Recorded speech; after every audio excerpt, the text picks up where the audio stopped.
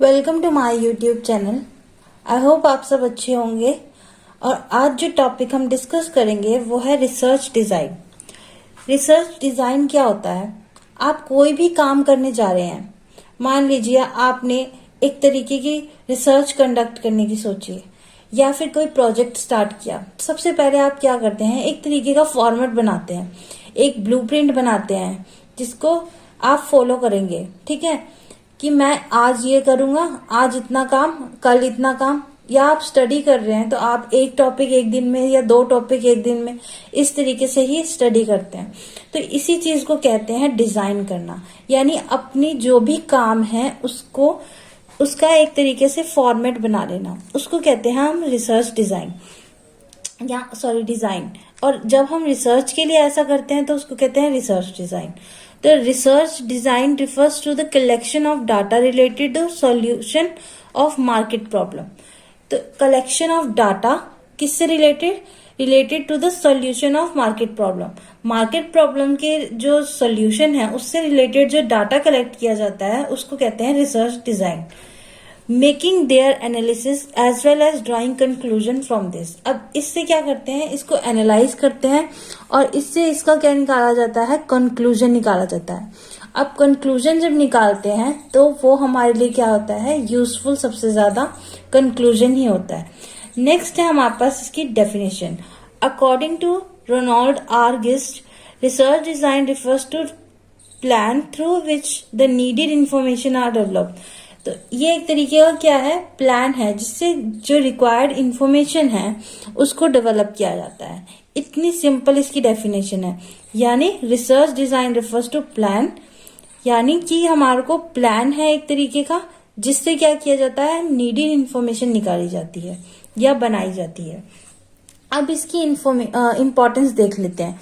Importance है हमारे पास source of information. Source of information क्यों है ये, एक तरीके का हमें पता है कि हम इस स्टेप के बाद ये स्टेप फॉलो करेंगे, इसके बाद हम ये काम करेंगे। अगर हमें पता ही नहीं होगा, हमारे पास क्या नहीं होगी, डायरेक्शन। तो यहाँ पे एक पॉइंट है हेल्पफुल इन राइट डायरेक्शन।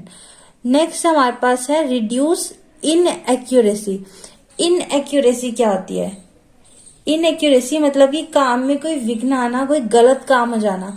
मान लो आपने कोई सम सॉल्व किया है, उसमें आपकी गलती निकल गई, ठीक है, तो उसको क्या कहते हैं हम, इनएक्यूरेट आंसर आना, यानी गलत आंसर आना। तो यहाँ पे भी काम में किसी तरीके की इनएक्यूरेसी ना हो, कोई गलती ना हो, इसको क्या करता है, ये रिड्यूस करता है। Helpful in more efficiency and reliability. Efficiency क्या होती है, किसी काम को करने का जो आपका फ्रूटफुलनेस होती है उसको कहते हैं एफिशिएंसी। और रिलायबिलिटी क्या होती है कि आपने काम सही ही किया होगा, उसको कहते हैं रिलायबिलिटी। नेक्स्ट है हमारे पास हेल्पफुल इन राइट डायरेक्शन। आपको एक तरीके की क्या प्रोवाइड करता है, ये डायरेक्शन प्रोवाइड करती है। अगर आपको पता है कि हमने इसके बाद ये काम करना है, उसके बाद वो काम करना है, तो आपके पास एक डायरेक्शन रहती है।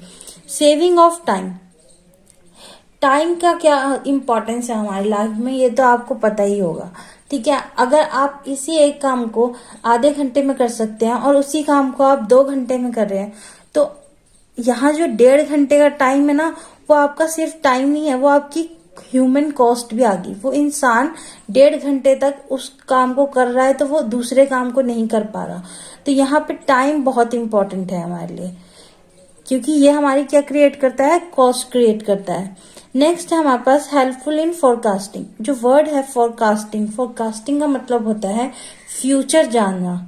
फ्यूचर में क्या हो सकता है, क्या नहीं हो सकता, उसका एक तरीके का एस्टिमेशन, एक तरीके का अनुमान लगाना। तो यहाँ पे ये हेल्प करता है फोरकास्टिंग में, कि भविष्यवाणी करना एक तरीके की। ठीक है, नेक्स्ट है हमारे पास helpful in providing idea regarding resources. हमारे पास जो अवेलेबल रिसोर्सेज हैं वो